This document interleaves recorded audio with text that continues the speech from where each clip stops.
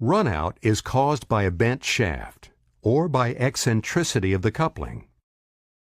Eccentricity literally means being off-center. It can occur if the coupling is not bored in its physical center, or if the bore is bigger than the shaft and the set screws pull the coupling out of center.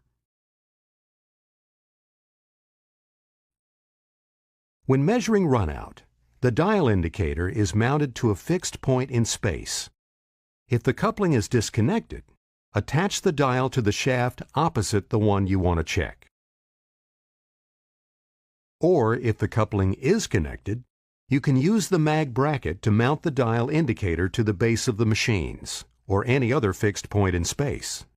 We recommend that you first check for runout at the hub or rim of the coupling, because there you will pick up both eccentricity and bent shaft.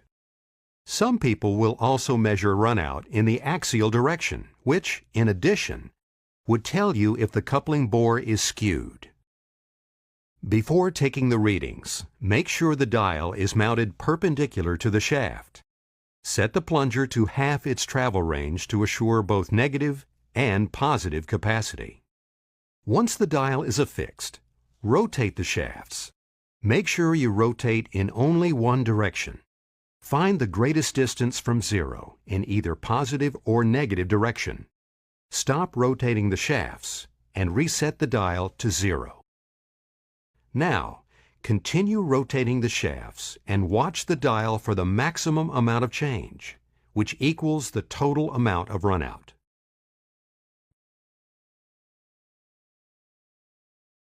If the runout is within acceptable limits at the hub, 2 thou or less, then the coupling must be bored properly enough and the shaft is reasonably straight and within acceptable limits.